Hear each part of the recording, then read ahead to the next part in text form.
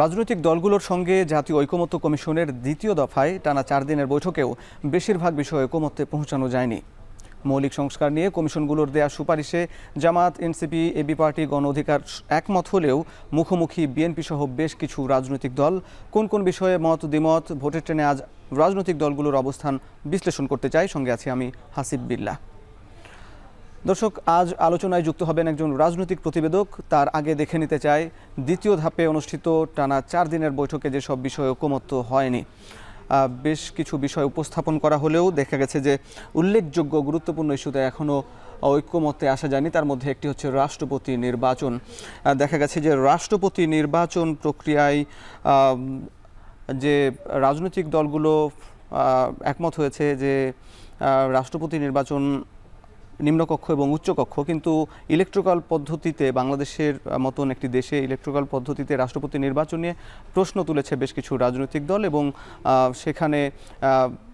সেখানে স্থানীয় সরকারের প্রতিনিধিরাও অংশ নিতে পারবে কি না পারবে না এ নিয়ে মতপার্থক্য দেখা যাচ্ছে। এছাড়া দেখা যাচ্ছে যে উচ্চকক্ষ গঠন প্রক্রিয়াটা কীরকম হবে। উচ্চকক্ষ গঠন প্রক্রিয়ায় বেশ কিছু দল বলছে যে তারা সারা দেশে যত সংখ্যক ভোট পাবে তার ভিত্তিতে উচ্চকক্ষ গঠন হবে, এবং বেশ কিছু দল বলছে যে শুধুমাত্র নিম্নকক্ষের যারা যত শতাংশ আসন পাবে সে আসনের ভিত্তিতে উচ্চকক্ষ গঠন হবে। এ নিয়েও কিন্তু মতপার্থক্য রয়েছে। এছাড়া দেখা গেছে যে প্রধানমন্ত্রীর মেয়াদ নিয়ে মতপার্থক্য। প্রধানমন্ত্রীর মেয়াদ নিয়ে বিএনপি শুরু থেকে বলে আসছে দুইবারের, বেশ কিছু রাজনৈতিক দল বলছে যে পরপর দুইবারের বেশি প্রধানমন্ত্রী আর হতে পারবে না, এবং বিএনপি বলছে পরপর দুইবারের বেশি প্রধানমন্ত্রী নয়। এছাড়া দেখা গেছে যে জাতীয় সাংবিধানিক পরিষদ এনসিসি গঠন নিয়ে মতপার্থক্য দেখা গেছে, এবং সেখানে নির্বাহী ক্ষমতার নিয়ে এবং জবাবদিহিতা নিয়ে প্রশ্ন তুলছে বিএনপি। এছাড়া নারী আসন নিয়েও কিন্তু মতপার্থক্য দেখা গেছে। নারী আসন নির্বাচিত হবে নাকি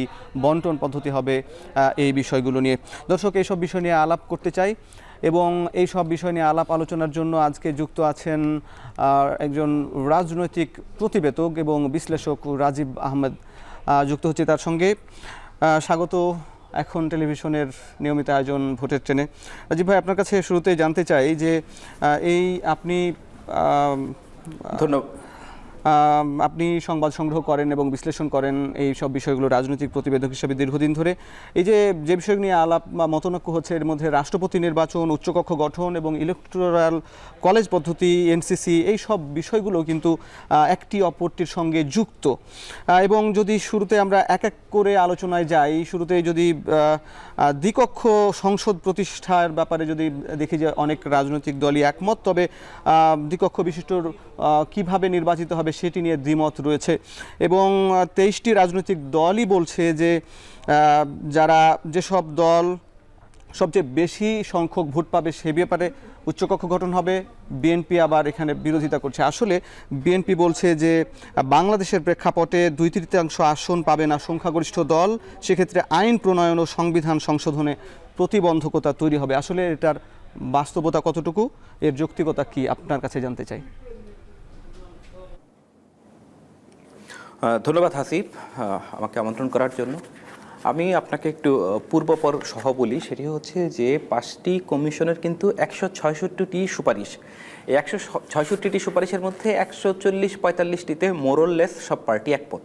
এগুলো খুব বড় কিছু না।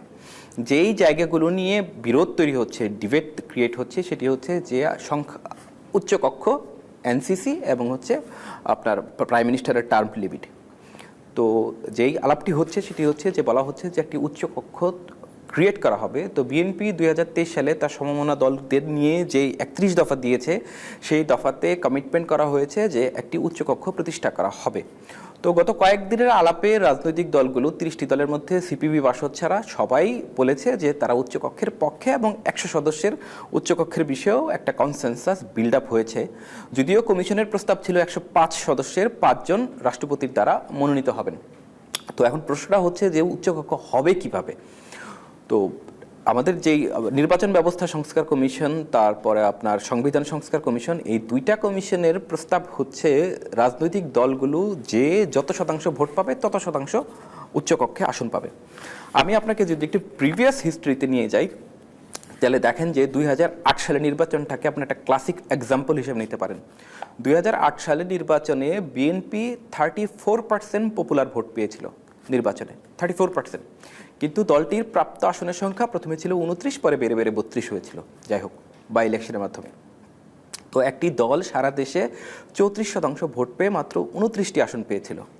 আবার 2001 সালের নির্বাচনে আওয়ামী লীগ 40.2% ভোট পেয়ে মাত্র 58 আসন পেয়েছিল। তো এই ক্ষেত্রে যা দেখা যায় সেটি হচ্ছে যে অন্য দল, যেমন 2008 সালের নির্বাচন, এই নির্বাচন ধরেন মোটামুটি গ্রহণযোগ্য, প্রশ্ন থাকলেও, নানান প্রশ্ন থাকলেও কিন্তু সবাই মেনে নিয়েছিল ফল আর কি, যাই হোক, এই অর্থে গ্রহণযোগ্য। তো 2008 সালের নির্বাচনে আওয়ামী লীগ 49% ভোট পেয়েছে। তার মানে কি, যে দেশের 51% মানুষ তার বিরুদ্ধে ভোট দিয়েছে, মেজরিটি গভর্নমেন্টের বিরুদ্ধে। আপনি যদি আওয়ামী লীগের অ্যালাইদের সঙ্গে ধরেন, জাতীয় পার্টি, ওয়ার্কার্স পার্টি এবং জাসদকে, তাহলেও তাদের প্রাপ্ত ভোটের সংখ্যা 59%। কিন্তু সেই নির্বাচনে আওয়ামী লীগের অ্যালায়েন্স সহ আবার মহাজোট আসন পেয়েছিল 266, যা একটি ভয়ঙ্কর বিপদ তৈরি করেছিল বাংলাদেশের ক্ষেত্রে। যেমন পঞ্চদশ সংশোধনীর মাধ্যমে সংবিধানের 150টা অনুচ্ছেদের 62টা অনুচ্ছেদে বড় ধরনের পরিবর্তন আনা হয়েছিল, এবং আপনার কনস্টিটিউশনের আর্টিকেল 7A, 7(2) এবং 141 এইগুলো 142 এগুলো যুক্ত করার মাধ্যমে যেটি করা হয়েছিল যে এই এতগুলো ধারাকে, প্রথম ভাগের সবগুলো, দ্বিতীয় ভাগের সবগুলো, তৃতীয় ভাগের সবগুলো, এতগুলো ধারাকে বলা হয়েছিল যে এগুলো দুষ্পরিবর্তনীয়। আপনি যদি 2/3 মেজরিটি পান তাহলেও আপনি এগুলো চেঞ্জ করতে পারবেন না। তাহলে তো এটা একটা বিপদের বিষয়, কারণ আওয়ামী লীগ 2/3 মেজরিটি পেয়ে এই কাজটি করেছিল। তো এখন প্রশ্ন হচ্ছে, এবার আমরা আসি কমিশনের প্রস্তাব এবং দলগুলোর অবস্থান নিয়ে। এখন দেখেন, কমিশন প্রস্তাব করেছে যে এই পদ্ধতি, এইরকম যেন মেজরিটির যেন মিস ইউজ না হয়, সুপার মেজরিটির যেন মিস ইউজ না হয়, সেই জন্য পার্লামেন্টের 2টা কক্ষ থাকুক, একটি নিম্ন কক্ষ আর একটি উচ্চ কক্ষ। আমি আপনাকে 2008 সালের এক্সাম্পল দিয়ে বলি। 2008 সালে সেই সময় যদি নির্বাচনের পর যদি আমাদের একটা উচ্চ কক্ষ থাকতো 100 সদস্যের, এখন যেভাবে করতে চাওয়া হচ্ছে উচ্চ 100 সদস্যের, তাহলে 34% ভোটের জন্য বিএনপি নিশ্চিতভাবেই 34-35টি আসন পেত। 4.7% ভোটের জন্য জামায়াত 4.7 বা 5 আসন পেত। তো দেখা যেত যে 40-41টি আসন বিরোধী দলের হাতে থাকতো। তো লোয়ার হাউসে এইরকম ব্রড মেজরিটি থাকার পরেও অপোজিশন পার্টির সঙ্গে কনসেনসাস ছাড়া আওয়ামী লীগ গভর্নমেন্ট এইভাবে পঞ্চদশ সংশোধনী করতে পারতো না, সম্ভব ছিল না কোনো না কোনোভাবে। স্পেশালি অন্য দলের কথা বাদ দেন, বিএনপির যেহেতু 34% ভোট ছিল, পপুলার ভোট ছিল, বিএনপি পেয়েছিল, সেই ক্ষেত্রে বিএনপির সঙ্গে কনসেনসাস ছাড়া, সমঝোতা ছাড়া কোনোভাবেই এই পঞ্চদশ সংশোধনী হতো না। আপনি দেখেন যে আমাদের 2011 থেকে পঞ্চদশ সংশোধনীর পর থেকে 2024 পর্যন্ত আমাদের যে ক্রাইসিসগুলো, প্রত্যেকটা ক্রাইসিসের মূলেই কিন্তু পঞ্চদশ সংশোধনী। তো এই কারণে কমিশন যে প্রস্তাবটি করেছে সেটি হচ্ছে যে কেউ যেন সুপার মেজরিটির কারণে নিজের মন মতো সংবিধান বানাতে না পারে, সেই জন্য এই বন্দোবস্ত রাখা হয়েছে যে আপনাকে আপার হাউস এবং লোয়ার হাউস, বোথ হাউসে 2/3 মেজরিটি লাগবে সংবিধান সংশোধন করতে। এখন দেখেন যে বিএনপি সহ কয়েকটি দল যেটি বলছে যে না, নিম্নকক্ষে যত শতাংশ, উচ্চকক্ষে তত শতাংশ। তাহলে দেখেন যে আপনার 2008 সালের নির্বাচনকে আবার আপনি এক্সাম্পল দেখেন যে 2008 সালের নির্বাচনে আওয়ামী লীগের অ্যালায়েন্স 58% ভোট পেয়ে 266টি আসন পেয়েছে। 266 মানে প্রায় 88 সামথিং। তাহলে দেখা যেত যে এই পদ্ধতি যদি থাকে যে নিম্নকক্ষে যত শতাংশ, উচ্চকক্ষে তত শতাংশ, তাহলে আওয়ামী লীগের অ্যালায়েন্স তখন উচ্চকক্ষেও 88টি আসন পেত। তো উচ্চকক্ষে আসন 88টি পেলে কি হতো, নিম্নকক্ষে যেই বিল সংশোধনী পাশ হতো, উচ্চকক্ষে অ্যাজ ইট ইজ সেটা পাশ হতো। সংবিধান সংশোধনী এই ব্রড মেজরিটির জোরে সংবিধান সংশোধনীকে ঠেকানো যেত না। এই যুক্তিতে অন্যান্য দলগুলো, জামায়াত, এনসিপি সহ অন্যান্য দলগুলো বলছে যে যদি ভোটের অনুপাতে উচ্চকক্ষ না হয় তাহলে উচ্চকক্ষ থাকা না থাকা একই কথা। জি, আচ্ছা, অনেক ধন্যবাদ। এখন আপনি যুক্ত থাকুন রাজীব ভাই, এর পরে বাকিটা আলাপ করব। দর্শক ভোটে টেনে নিচ্ছে একটা বিরতি, ফিরছে একটু পরেই।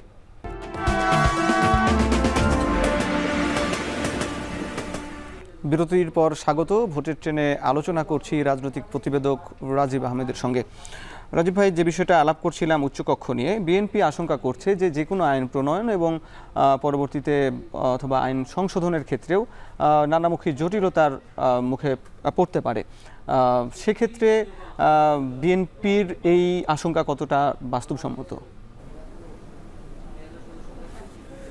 আচ্ছা, আমি ধন্যবাদ আপনাকে প্রশ্নটি করার জন্য। সেটি হচ্ছে যে বিএনপি যে কথাটি বলছে যে অতীতের নজির অনুযায়ী কোনো নিরপেক্ষ নির্বাচনে বা গ্রহণযোগ্য নির্বাচনে 96, 91, 96, 2001 বা 2008 কোনো নির্বাচনে কোনো দল এককভাবে 50% ভোট পায়নি বা 50-এর প্লাস ভোট পায়নি। সুতরাং কোনো দলের পক্ষে উচ্চকক্ষে সিম্পল মেজরিটি বা সংবিধান আইন প্রণয়নের জন্য, বিল প্রণয়নের জন্য, বিল পাশের জন্য পর্যাপ্ত মেজরিটি থাকবে না। আপনি যদি সংবিধান সংস্কার কমিশনের যে মূল প্রতিবেদনটি সেটি দেখেন, তাহলে আপনি দেখবেন যে এই আশঙ্কাটি ঠিক না। কারণ উচ্চ কক্ষের 2/3 সমর্থন শুধুমাত্র সংবিধান সংশোধনের জন্য লাগবে। আইন প্রণয়নের জন্য উচ্চ কক্ষের কনসেন্টের কোনো রকম কোনো প্রয়োজন নেই। ধরুন যেমন বাজেট তো সরকারের এক্সিকিউটিভের বিষয়। যেই সরকার নির্বাচিত হয়েছে সেই সরকারের দায়িত্ব হচ্ছে বাজেট, এবং সেইটার জন্য জবাবদিহি জনগণের কাছে করবে বাধ্য।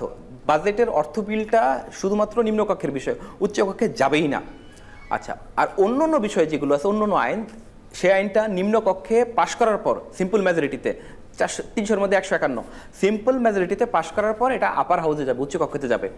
উচ্চকক্ষতে 100 জনের মধ্যে 51 জনের সমর্থন যদি পায় তাহলে তাৎক্ষণিকভাবে পাশ হয়ে গেল, রাষ্ট্রপতির কাছে যাবে। যদি উচ্চকক্ষের পাশ না হয় তাহলে কি হবে? তাহলে সেটা আবার নিম্নকক্ষে ফেরত আসবে, উচ্চকক্ষ যেই সুপারিশগুলো দিবে সেগুলো সহ। নিম্নকক্ষ উচ্চকক্ষে সেই সুপারিশ বিবেচনা করতেও পারে, নাও করতে পারে, এবং সেটাকে যদি আগের মতোই একদম আগে যা ছিল অ্যাজ ইট ইজ রেখে দ্বিতীয়বার পাশ করে উচ্চকক্ষের কাছে পাঠায়, উচ্চকক্ষ সেটা আটকাতে পারবে না, এটা অটোমেটিক পাশ হয়ে যাবে। মানে বিদ্যমান ব্যবস্থার মতোই, যেমন সংসদে পাশ হওয়া কোনো আইন রাষ্ট্রপতি একবার ফেরত পাঠাতে পারেন, এরপর দ্বিতীয়বার গেলে রাষ্ট্রপতি এটাতে অনুমোদন দিতে বাধ্য থাকেন। ঠিক এক্স্যাক্টলি সেম জিনিসটাই ঘটবে। ধরেন আমি আপনারা 2091 নির্বাচনের উদাহরণ দিয়ে বলি। ওই নির্বাচনে বিএনপি 31% ভোট পেয়ে নিম্নকক্ষে সিম্পল মেজরিটি পেয়েছিল। তো আগামী নির্বাচনে যে এরকম কিছু হয় যে কোনো রাজনৈতিক দল 35% ভোট পেয়ে নিম্নকক্ষে মেজরিটি পেল, সিম্পল মেজরিটি 151 বা 152, 153, কিন্তু উচ্চকক্ষে তার আসন 31, তাহলে কি হবে? তাহলেও সেই সরকারের আইন প্রণয়নে কোনো বাধা আসবে না, একটু বিলম্ব হতে পারে কিন্তু বাধা আসবে না। ধরেন নিম্নকক্ষে কোনো কিছু পাশ করলো, বিরোধী দলরা সংখ্যাগরিষ্ঠ উচ্চকক্ষে তারা সেটা অনুমোদন দিল না, দিয়ে নিম্নকক্ষে ফেরত পাঠালো। তো নিম্নকক্ষে আরেকবার পাশ করার পর বিরোধী দল সেটা কিন্তু আটকাতে পারবে না। একই জিনিস ঘটে আপনার যুক্তরাজ্যের ওয়েস্টমিনিস্টার সিস্টেমে। আপনি হাউস অফ কমন্স যদি কোনো কিছু পাশ করে তাহলে হাউস অফ লর্ডস সেটা বাধা দিতে পারে কিন্তু ফাইনালি আটকাতে পারে না। হাউস অফ কমন্স যদি সেটা দুইবার পাশ করে। জি রাজীব ভাই, বিষয়টি স্পষ্ট। আমরা আপনার কাছে আরেকটা বিষয় জানতে চাই যে রাষ্ট্রপতি নির্বাচন পদ্ধতি নিয়েও বিতর্ক তৈরি হচ্ছে এবং ইলেকটোরাল কলেজ নিয়ে সেখানে স্থানীয় প্রতিনিধিরাও সেখানে অংশ নিতে পারবে, এই বিষয়টা নিয়ে বিএনপির দ্বিমত। আসলে বাংলাদেশের মতন প্রেক্ষাপটে এইরকম ইলেকটোরাল কলেজ পদ্ধতি প্রয়োজন আছে কিনা?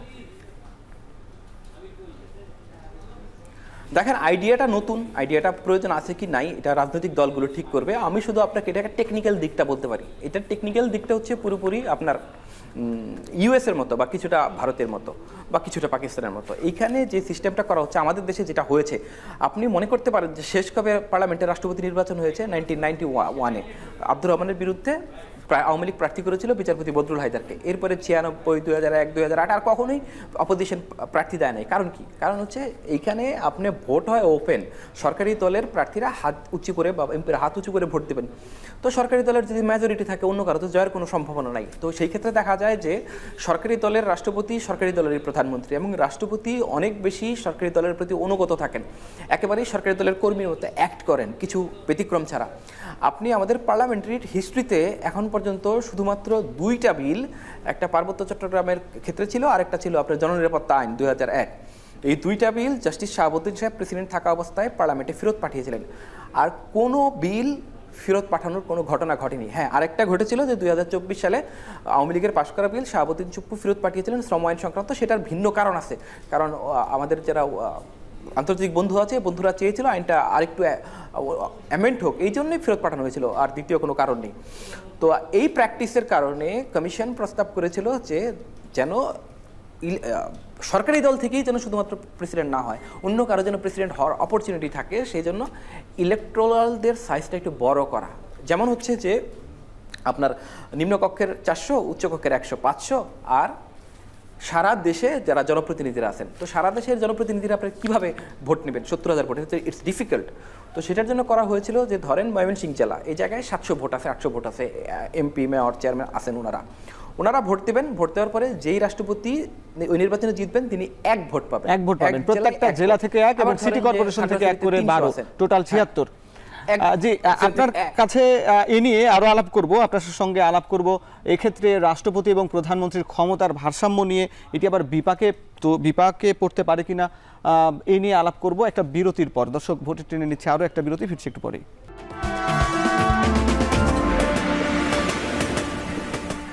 বিরতির পর স্বাগত।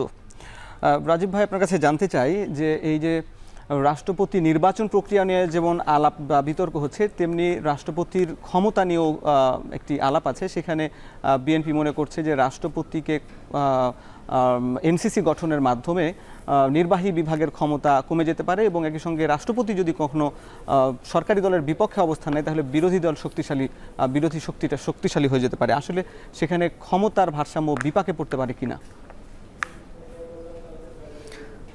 দেখেন, এই প্রসঙ্গটার কিন্তু পয়েন্ট অফ আপনি কিভাবে দেখতেছেন তার উপর নির্ভর করে। দুই জায়গায় দুই পক্ষই সঠিক। সে একটা জিনিস যেটা হওয়া উচিত সেটা হচ্ছে রাষ্ট্রপতির হাতে কখনোই এক্সিকিউটিভ পাওয়ার থাকা উচিত না। এক বনে যেভাবে দুইটা ভাগ থাকতে পারে না, একই সঙ্গে প্রধানমন্ত্রী এবং রাষ্ট্রপতি দুইজনের হাতে নির্বাহী ক্ষমতা থাকতে পারে না, তখন রাষ্ট্রের মধ্যে একটা বিশৃঙ্খলা দেখা দেবে।